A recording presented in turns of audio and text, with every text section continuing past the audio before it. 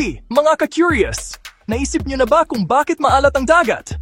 Tara, alamin natin. Ang alat ng dagat ay kwento na bilyon-bilyong taon nang ginagawa. Kapag umuulan, sumasama dito ang kaunting carbon dioxide mula sa hangin, kaya medyo nagiging acidic ito. Ang tubig-ulan na ito ay dumadaloy sa mga bato, unti-unting kinakalas ang mga ito at dinadala ang maliliit na particles. Kasama na ang mga asin, papunta sa mga ilog at sapa.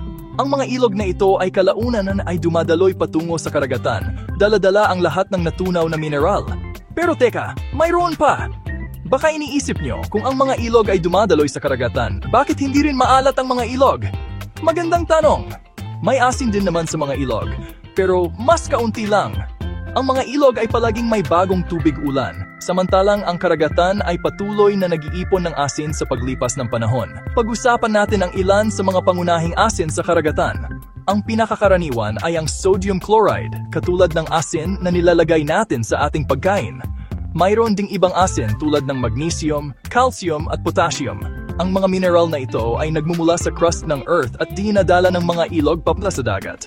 Nakakatuwa, ang alat ng karagatan ay hindi lang tungkol sa asin na pumapasok, kundi pati na rin sa tubig na umaalis. Kapag ang tubig sa karagatan ay sumisingaw, naiiwan ang mga asin, kaya lalong nagiging maalat ang natitirang tubig.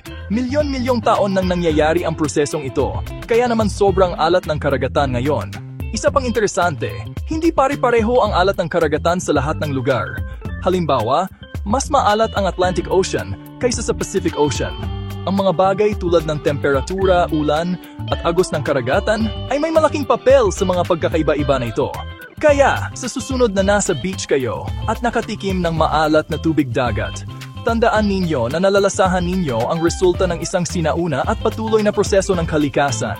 Ang alat ng karagatan ay patunay ng kamanghamanghang paglalakbay ng tubig mula sa lupa patungo sa dagat at pabalik muli.